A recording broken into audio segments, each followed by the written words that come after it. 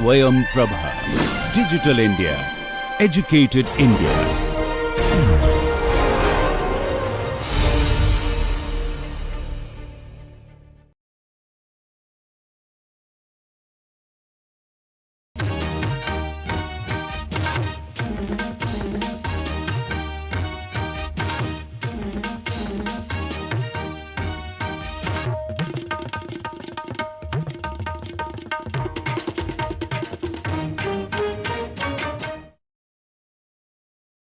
Welcome to the course Introduction to Uncertainty Analysis and Experimentation.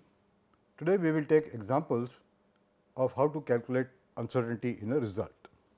The first example is about a univariate result formula and how can we use the analytical technique to calculate the uncertainty. So, the statement of the problem is like this: the temperature of air is measured at minus 30 degrees Celsius with uncertainty of plus minus 3 degrees Celsius at 95% confidence level. What will be the resulting uncertainty in viscosity?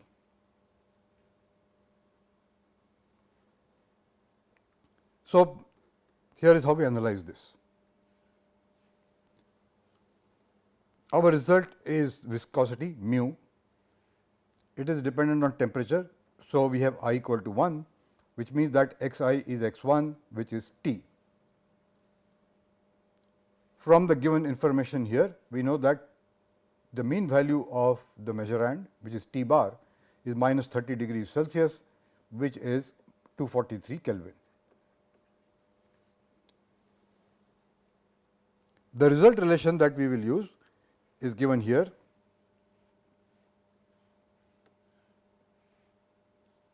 Mu upon mu naught is almost equal to T upon T 0 raised to the power 0.7. T is in Kelvin, T 0 is 273 Kelvin, mu 0 is 1.71 into 10 to the power minus 5 kg per meter per second. Also, from the given data we can say that plus minus 3 degrees C is the expanded uncertainty at 95% confidence level. So, capital U of T is 3 degrees C at 95% confidence level, which implies that the standard uncertainty in temperature is 1.5 degrees Celsius. 95% confidence level is 2 sigma, and so we divide this by 2 and get 1.5. Now, we follow our classical procedure that we have only one function. So, we can say that u of mu bar is equal to square root of theta t times u t bar square, since there is only one, and this can be written as theta t times u t bar. So, we want to calculate now the sensitivity coefficient theta.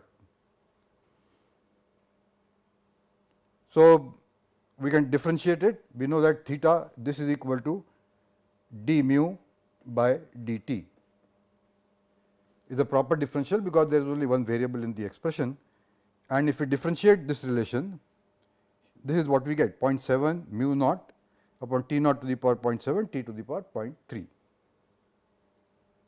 So, this is our sensitivity relation.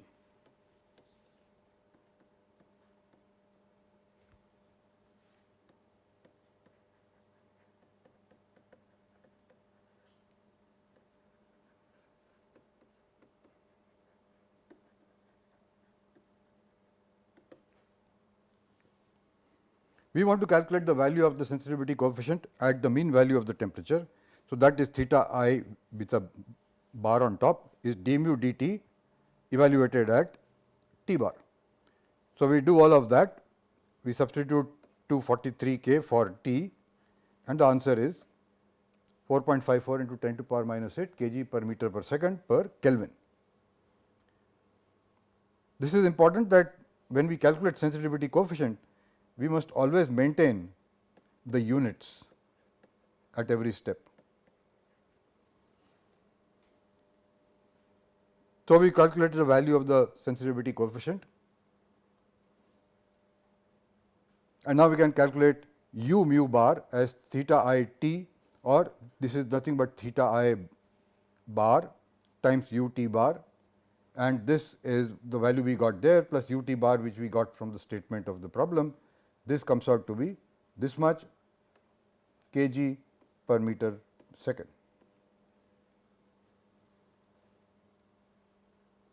So, this is the combined standard uncertainty of viscosity, or you can just say this is the standard uncertainty in viscosity.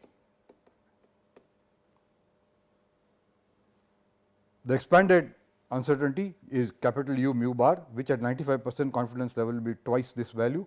So, we multiply it and we get this answer 0.0133 into 10 to the power minus 5 kg per meter per second. So, that is our value of the uncertainty of the viscosity. And we want to see how big a change this was. We can calculate the relative expanded uncertainty, which is u mu bar divided by the mean value at which we are calculating it. So, when we do that, one minute. So, that will be mu bar, which is 1.58 into 10 to the power minus 5. So, this will not be 1.71, this is 1.58 into 10 to the power minus 5, and then you can calculate and get the number over there. So, what is written here is not correct. But it is of the order of about 1%.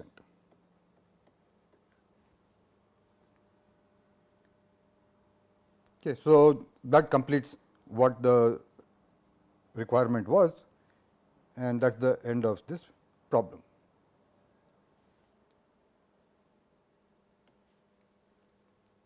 The next problem that we will take is of a univariate result formula, but with a numerical method being used. So, let us see what this is.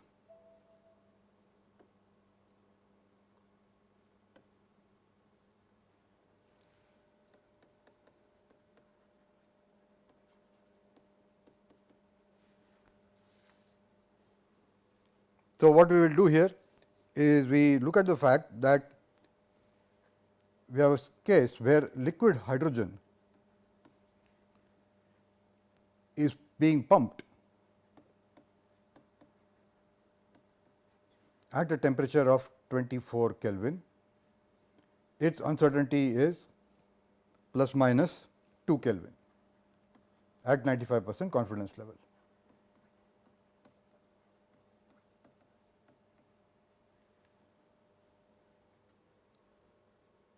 And we want to know what is the uncertainty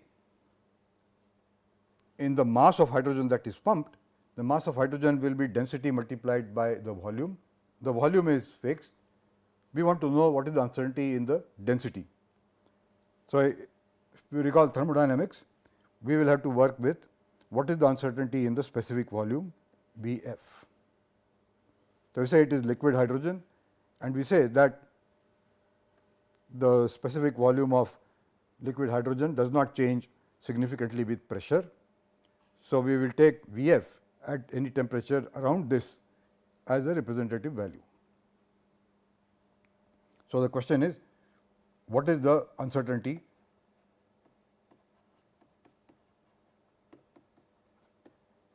in V f, and 1 upon V f will be the density.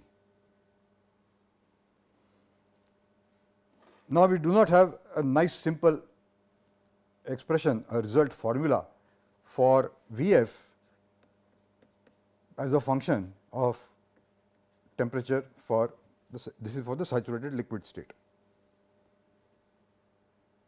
So, what we will do is we do have the data V f as a function of temperature at discrete values of temperature in a tabular form. So, the table goes like this. This side is temperature in Kelvin and this side is V f in meter cube per kg. And so, for this temperature there is something, next temperature there is something, next like that, and these are discrete values.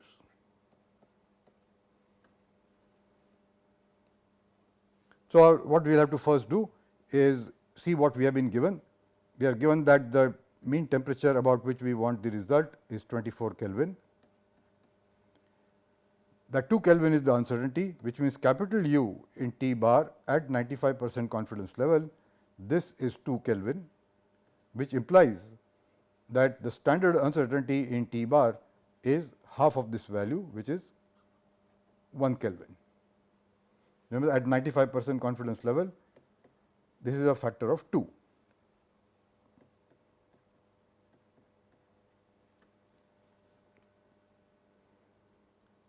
So, we got these two. Now, our first thing is to get the specific volume, the mean specific volume, which is V f at 24 Kelvin, which is, if you look up the tables, we get this data as 0.015147 meter cube per kg. So, that is the specific volume at 24 Kelvin. Now, we go back and say, well, what does our result formula have? And we have that U V f, this will be square root of theta t times u t bar square under the square root sign, because there is only one variable. So, this becomes nothing but theta t, the absolute value, times u t bar. Now, we want the sensitivity coefficient theta t. Since we do not have an analytical expression for V f as a function of t, if we had that, we could have just differentiated it and then gone ahead like we did in the earlier problem. We do not have it. So, what we do is we say that theta t, which is d V f by d t, this we will approximate this as a finite difference, which in our case we will say we will take V f at some higher temperature, say instead of 24 we will take 24 plus 1. 1 is the interval for interpolation we are taking, 1 is not coming from here, this is not this one. It is the fact that this table is given at 1 Kelvin interval. So, we have taken 1, we could have taken 2, we could have taken 3, and we could have used many formulae for this. Minus V f at 24 minus 1 Kelvin divided by 24 plus 1 is 25 minus this, which is 23 Kelvin. So, we are basically calculating the slope of this curve at this particular point. So, this is, if you do the calculation, then this becomes theta t bar or theta t with mean value that is evaluated at t bar. This is this thing. So, this is V f at 25 Kelvin, and if we look up the table, this will become 0.015503. This is V f at 25 Kelvin minus 0.014831. This is V f at 23 Kelvin. All of this divided by 2 Kelvin. The units here are meter cube per kg. So, if we solve this, we get the sensitivity coefficient value as 0.000336 meter cube per kg per Kelvin.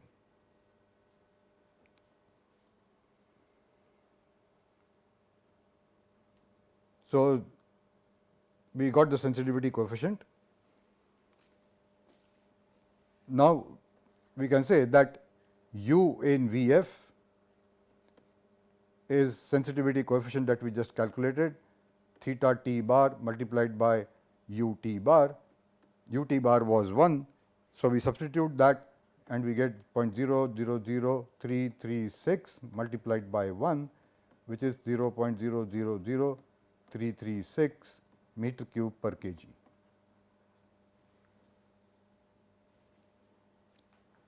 at 95% confidence level,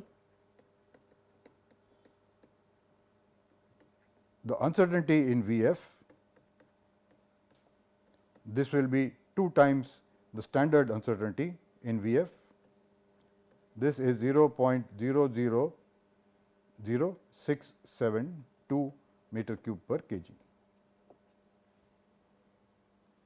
So, that becomes the answer we were looking for, and if you want to see how big it is compared to what we are working with, we can do one more calculation, calculate the relative uncertainty u V f bar at 95% confidence level. This is u V f bar at 95 divided by V f bar. So, it will be this value in the numerator divided by what we had earlier, the mean value 0.15147, and you calculate this, this turns out to be 0.044 or 4.4% is the uncertainty. Then we can make a decision. Is this big? Is it acceptable? Is it too small? And for that you have to look at what is the application for all of this.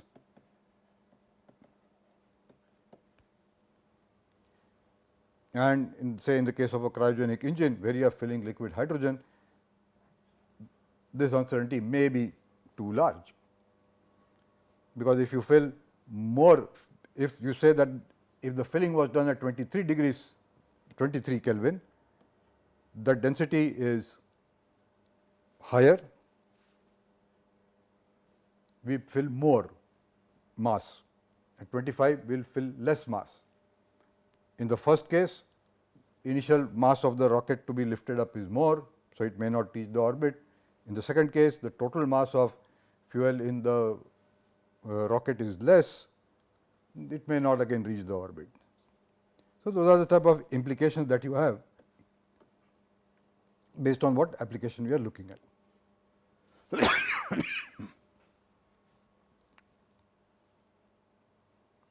Okay, so, that is an example of how we can calculate the sensitivity coefficient from a finite difference technique. I used the central difference formula. You could have used any other formula which is there in numerical techniques.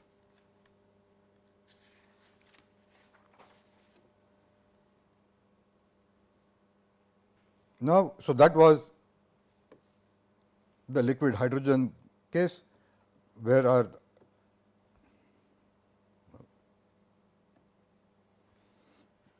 we approximated theta I as delta R plus upon delta T plus, which was value at some higher value, this at minus, and the difference of the temperatures.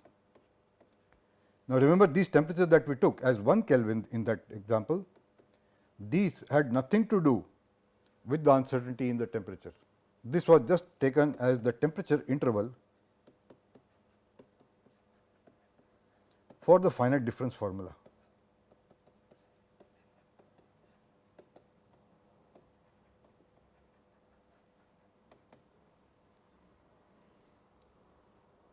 The rest of the method follows the same technique. So, that is that problem. Now, we take an extension or more involved situation of the first earlier case, but instead of a univariate result relation, let us look at a bivariate result relation, which is too complicated. So, we do not have analytical relation, and we will use a numerical method. Our problem statement goes like this: I am measuring pressure and temperature of a refrigerant in a process. This could be a refrigeration plant, a chiller unit, whatever. There are uncertainties in both the measurements. So, I have measured pressure, I have measured this as something plus minus something, temperature something plus minus something, and we are assuming that these uncertainties have been calculated using the same method that we learnt in uncertainty in a measurement.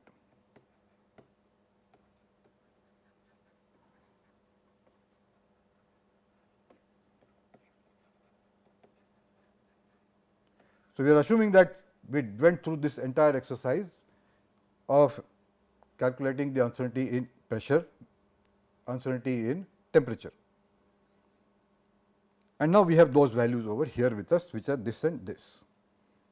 Nothing else, if it is mentioned, we assume this is all being reported as 95% confidence level. And the question is, I want to know the uncertainty in the specific enthalpy. We need specific enthalpy because for all cycle calculations and to look at performance of a refrigeration cycle or a air conditioning chiller plant, we need the value of H. So, specific enthalpy is a function of pressure and temperature, and we are taking a situation where the pressure and temperature are such that the refrigerant is not a saturated state,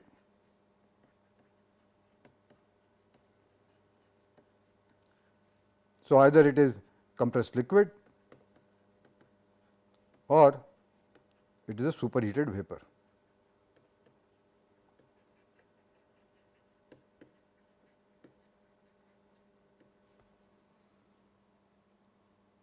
In either of these cases, there is somewhere out there an analytical expression for H as a function of P and T. It will have many constants, it will have a very complex form, or it could be a limited type of a correlation, which is not the best thing to work with, but it is easy and convenient. But we will not access that at this point, and we will say that I have the only information I have about this is property tables. And in the tables, for each pressure, there is a chart which says that if this is the temperature, then what is the specific enthalpy. So, for this temperature it is here, for this one it is here, and like that. These are distinct values of temperature, discrete in nature. So, in between them there is a gap. So, if this could be 60 degrees Celsius, this could be 70 degrees Celsius, and not 61, 62 or anything finer than that. So, this is the data that we have for this type of a relation. And using this data, we want to calculate uncertainty, which is capital U H bar. For that, we have to first calculate the standard uncertainty, which is small u H bar. So, that is our objective, and this will come about by saying that this is square root u p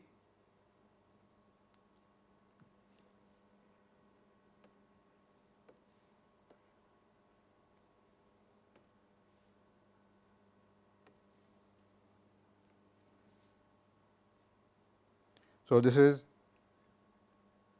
theta I, which will be theta p times u p square plus theta t u t square, all of that raised to the power half.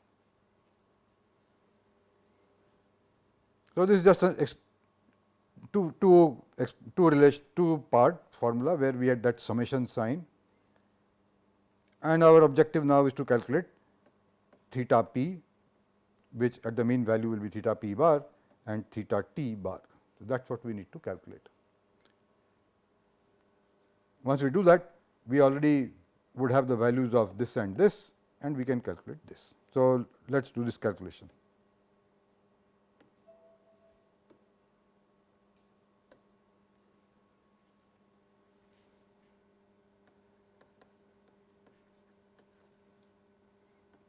So, we are given that we have refrigerant R 134A at 6 bar 70 degrees Celsius, and that uncertainty in pressure is plus minus 0.5 bar, and uncertainty in temperature is plus minus 5 degrees Celsius.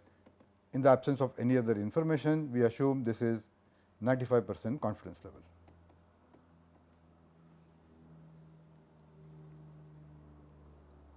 So, here we solve this. Our first variable x 1 will be corresponding to P, and we have P bar is equal to 6 bar, and U P bar is equal to half of 0.5 bar, which is 0.25 bar.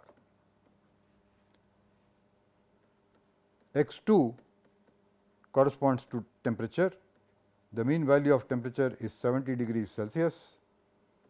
U T bar is equal to half of this value, which is 2.5 degrees Celsius.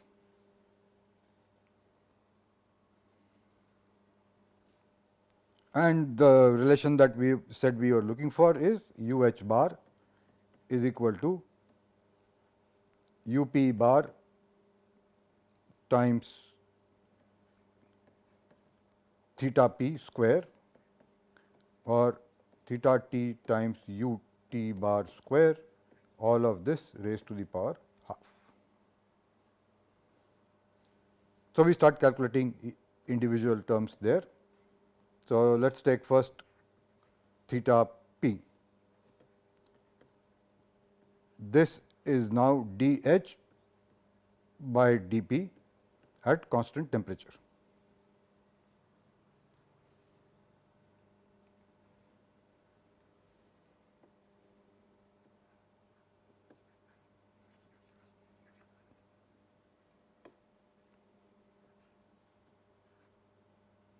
dH by dP at constant temperature, which we will now approximate as a finite difference relation and make it delta H by delta P at constant temperature about the point T bar.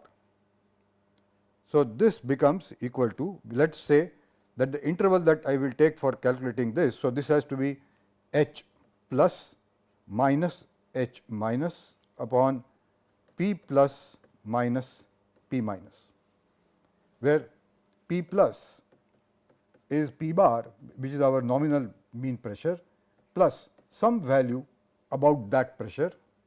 P minus is P bar minus the same value. We can take 1 bar, 2 bar, 0.5 bar, 0.1 bar, that is our discretion here. It has nothing to do with this 0.5 bar. So, in the example, I have taken this to be 1 bar. So, what will this expression will become is that we will calculate H at the same temperature, which is 70 degrees C. 6 plus 1 becomes 7 bar 70 degrees Celsius minus H 6 minus 1 5 bar 70 degrees Celsius divided by 7 minus 5 bar.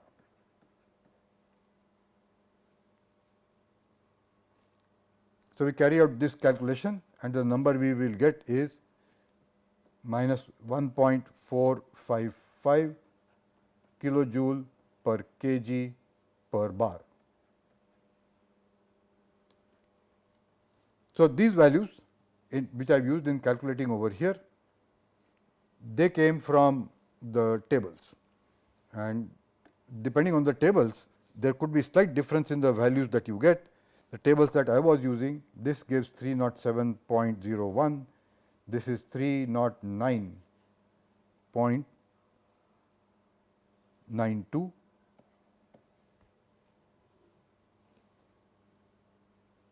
and this has a minus sign. Other tables may give slightly different numbers for both of them, but the difference will be the same and the final number that you get will be identical to this. Similarly, we do for theta t. this is dH by dt at constant pressure, and this we will approximate as the finite difference, which is delta H by delta P at that temperature, which as before this will again be H plus minus H minus upon T plus minus T minus, and now again we are doing the same thing here, that T plus is T bar plus some value, T minus is T bar minus some value. These values we can select, and the example I have given, I have taken this to be 10 degrees Celsius. So, this expression will now become H at the pressure has to be the same 6 bar, temperature we have increased by 10. So, instead of 70 this becomes 80 degrees Celsius minus H at 6 bar 60 degrees Celsius divided by 80 minus 60, and if you do this whole calculation, this is all degrees Celsius, you will get 1.016 kilojoules per kg per degree Celsius. And the values that I had were 318.67 for this and 298.35 for this. So, we got both our theta p and theta t, and now we go to the next step and we write that u h bar is square root of the two product 1.455 into 0.25, this is the pressure term, and this is 1.016 into 2.5, this is the temperature term. And if we do this whole calculation, and I am going to keep these two numbers separate because we will use them later on, 0.13231 plus 6.4516, and if you take this sum, this is 6.58391, which is equal to 2.57 kilojoules per kg. This is 2.57. I deliberately kept these things, but in a calculation one can skip it, but we will see in a minute why this helps us. So, that was the answer we were looking for. This is the value of the uncertainty in the specific enthalpy, and by looking at these numbers we can do one more thing. You can calculate the uncertainty percentage contribution of pressure. This is the term that came from pressure, and this came from temperature. So, UPC for pressure will be 0.13231 upon the total 6.58391. This is equal to 0.02 or 2%. We can do the same calculation UPC for T. This will be the second value 6.4516 divided by the same denominator 58391, and this is equal to 0.98 or 98%.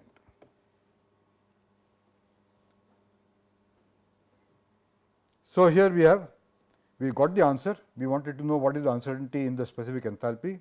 This is 2.57, and we can then even calculate, if we want, the expanded uncertainty, which is u h bar, which is equal to 2 times small u h bar, which is, we multiply that, this becomes 4, 1 and 5.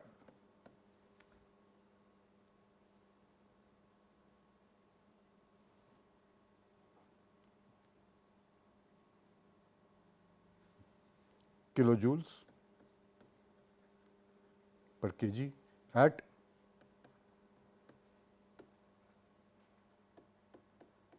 95% confidence level. And the last thing one can do is also look at u hat, the relative uncertainty that is there, which will be this value 5.14 divided by the mean value of the specific enthalpy, which in this case we can get that value there, and this is of the order of the numbers that we were looking at in the previous page. So, this is of the order of this somewhere here 309, 310, somewhere like that. So, this is roughly 5 by 300, which is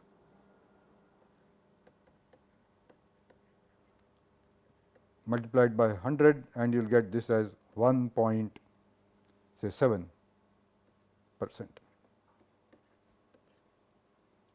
You are looking at about a 2% uncertainty in specific enthalpy. And that is the answer. We not only got the uncertainty in the of enthalpy, we also learned on the way that the uncertainty percentage contribution from pressure is 2% and temperature is 98%. And this is valuable information, because these two together, they tell us that if you want to reduce this uncertainty in specific enthalpy from 1.7% wherever you want to go, you focus on reducing uncertainty in temperature measurement.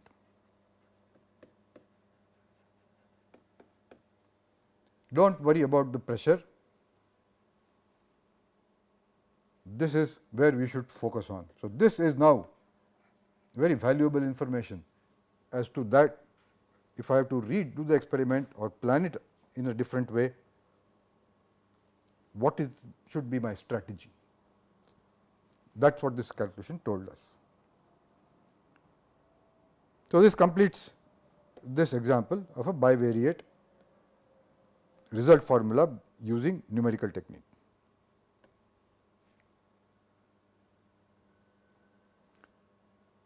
Now, we go to the next example.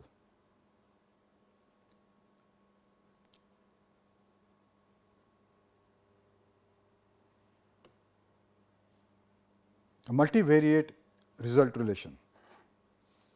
So, you have an analytical expression and we want to calculate uncertainty. So, here is the typical statement of this type, that I have measured the length and diameter of a solid cylinder of wood. What is the mass of the cylinder and its uncertainty? So, that has been told to us. So, there is a cylinder, or rather a log of wood, and we have the volume as pi d square by 4 multiplied by L, and if you want to get the mass, this is rho times pi d square upon 4 into L.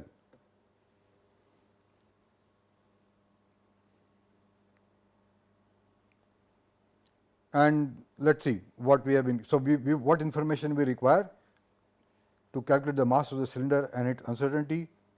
M bar will be rho times pi d bar square upon 4 multiplied by L bar. So, we need to have the nominal values of the diameter and the length which came from the individual measurements. So, that is one thing we want. And we said that to calculate uncertainty in mass, we assume that uncertainty in density is negligible compared to the others. Then this will become theta d u d bar square plus theta L u L bar square, all of this raised to the power half. So, we need to have u d bar, which can be obtained from capital U d bar at some confidence level, which is what will be quoted, and we also need the standard uncertainty in the length, which we can get from the expanded uncertainty in the length at a certain confidence level. So, these 4 numbers, this one, this one, this one and this one, they came from the experiment or individual measurements.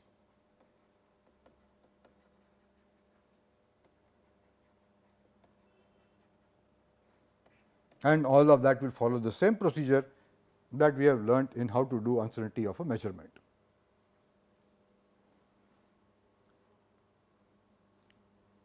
Finally, we will calculate u m bar as the multiplication factor K C L, which could be 2 if it is 95% confidence level, into u m bar. So, this is our result formula. This is a clear simple expression. We can differentiate it and we can get D and L. So, let us do that.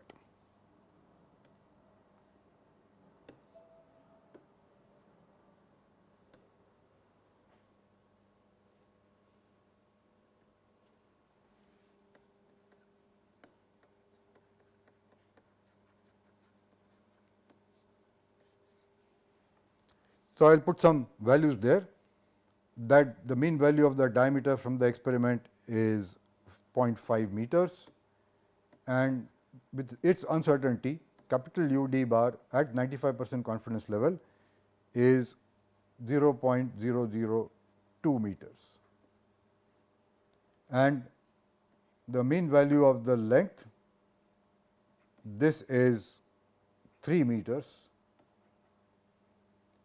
and U L bar is 0.006 meters. All of this at 95% confidence level.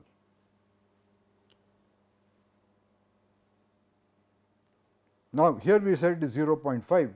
The question is whether we should write 3 or we should write 3.0 meters.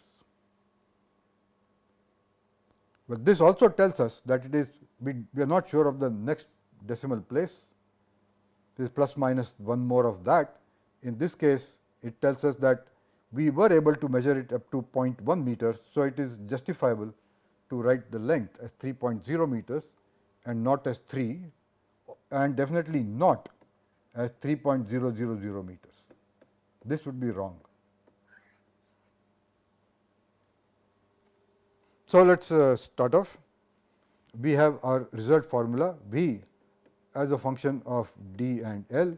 We are assuming that uncertainty in rho is very, very small compared to uncertainties in D and uncertainty in T in L, and so we are neglecting it. But density is a measured parameter. We are taking the value from somebody else's experiment, and if we want, we could retain it and it becomes a 3 parameter relation.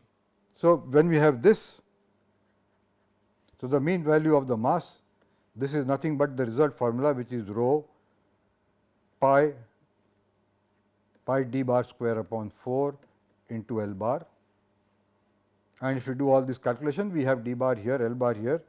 We can take the density. For the example that I am giving, I am not calculating the density, but I am working with volume, which is pi d bar square upon 4 multiplied by L bar, and this turns out to be 0.589 meter cube. Then we have our uncertainty expression, u v bar is equal to theta d times u d bar square plus theta L times u L bar square, all of this raised to the power half. And when you do all this for this calculation, we now need theta d.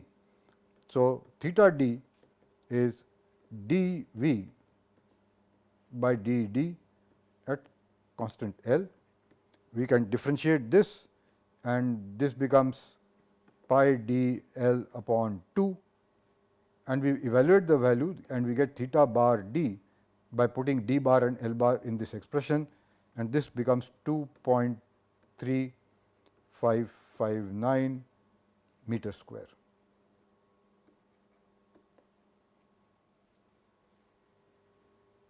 How many decimals to keep?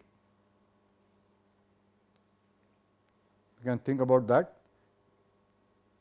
The best thing is that if you have to do round off, we do round off at the last step.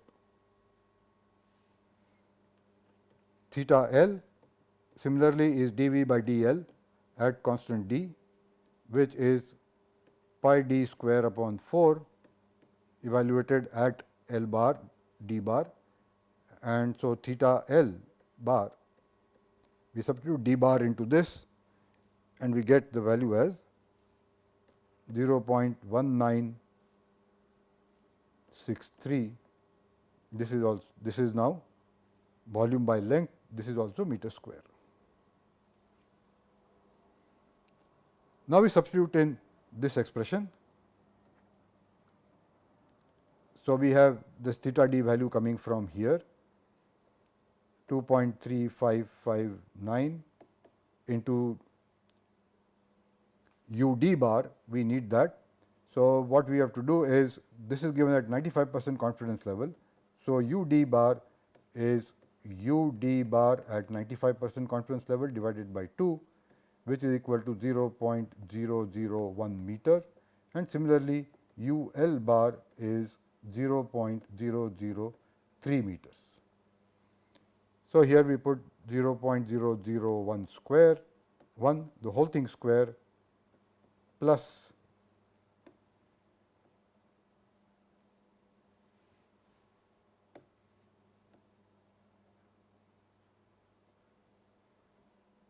0.1963 into 0.003 whole square raised to the power half. And again we can keep the individual squares. If we do that, the numbers we will get, I will write down in blue here. This will be 5.55 into 10 to the power minus 6, and this is 0.347 into 10 to the power minus 6. We will use this again later on to calculate the UPCs, and so if you do this complete calculation, this will be 5.897 into 10 to the power minus 6 meters to the power 6. And taking the square root of this, we get u v bar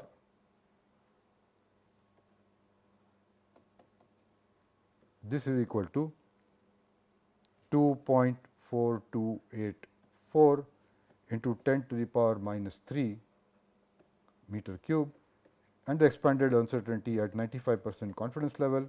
This will be double this value, and we can put this as 4.856 into 10 to the power minus 3, or 4.86 into 10 to the power minus 3 meter cube. So that is the answer we were looking for. Now we can look at a few more things on this one. We got the volume there, we got the uncertainty over there, so the answer is complete. Now we can look up the individual terms that we had just written there, and we will find that UPC, the uncertainty percentage contribution,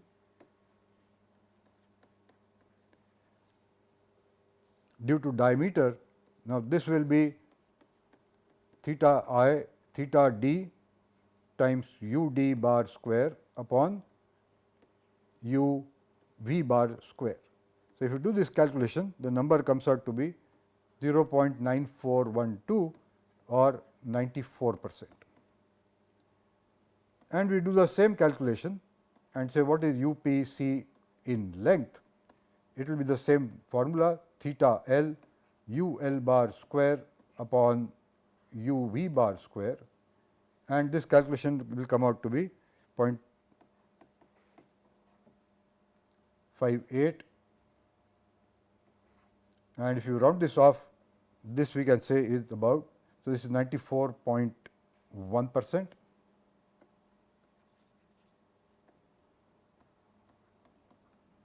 And this will be 5.2%. 9%. So, it tells us that the contribution, the uncertainty in the volume, the biggest contributor is uncertainty in the diameter. Length is pretty much in control. So, if you want to improve the uncertainty, you want a lower uncertainty in the volume, then reduce uncertainty in the diameter. So, that is another important decision that comes out. So, do not worry about the length too much, the diameter is what is getting at you here. So, that is one more information that we got from this analysis beside the uncertainty value. But there is another way which we would have done and done much more simpler by recognizing that when V is equal to pi d square upon 4 into L, we realize that this is a multiplicative relation.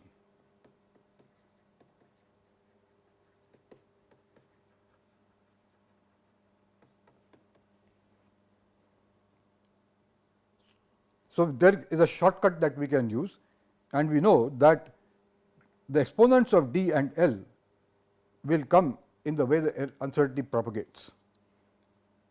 And the formula that we had from notes is that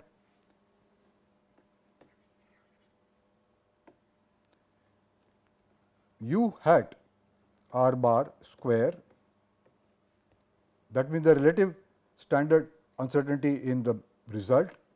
This is a summation of theta I hat into u hat x I bar square for all the parameters in the result. And when we do it for a multiplicative relation, we saw that this expression becomes very elegant with theta I prime being replaced just by the exponents of this. So, we can, without going through the long details, say that u hat v bar square is equal to u hat d bar square, and the one before this is the exponent of d, which is 2. So, this comes here, plus u hat L bar whole thing square, and this, the exponent here is 1. So, this 1 comes over here. So, we straight away got the final relation. We did not have to go through calculating each one of the theta i's. We can calculate u hat d bar, which is u d bar upon d bar, and if you do this calculation, the answer is 2 into 10 to the power minus 3. We can calculate u L bar hat, this is u L bar upon L bar, which is 1 into 10 to the power minus 3. And when we put it in this relation using these two, we will get u hat v bar square is equal to this whole thing square, which becomes 4 multiplied by this I square, which is 4 into 10 to the power minus 6 plus 1 square there into this also happens to be 1 into 10 to the power minus 6 whole square. And when we do this calculation, you will find that u v bar hat, this will be 4.1231 into 10 to the power minus 3 meter cube. And from there we can get u v bar, which is u hat v bar multiplied by v bar.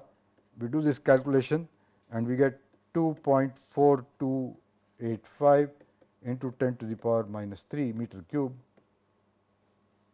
which is the same answer we got by this other method. So, this example illustrates that if you have a multiplicative relation, you can use a much simpler technique without going through the details, and then work backwards and get the UPCs and UMFIs. We got u v bar, there also we had at 95% confidence level, the uncertainty will be twice this value, which will be 4.8568 into 10 to the power minus 3 meter cube,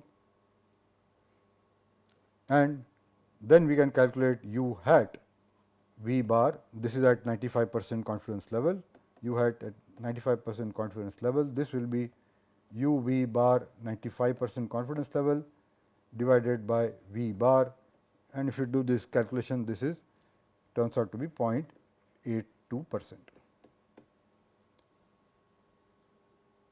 So, we have a plus minus 1% uncertainty in the volume, which will also mean a plus minus 1% uncertainty in the mass, and it could be that this is a piece of wood that is being sold from somebody to somebody on a mass basis. So, both have to agree that uncertainty of the order of 1% is okay, and then you just bill them on the mean value of the volume. Otherwise, we have to end up using something else. So, that completes this example.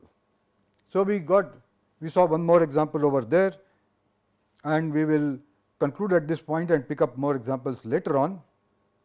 So, with that example, we will stop at this point. We will take more examples later on. And to summarize what we have done, we have seen various ways by which we can calculate the uncertainty in the result. It depends on what type of a situation we are dealing with, or what is the type of a problem statement that we have.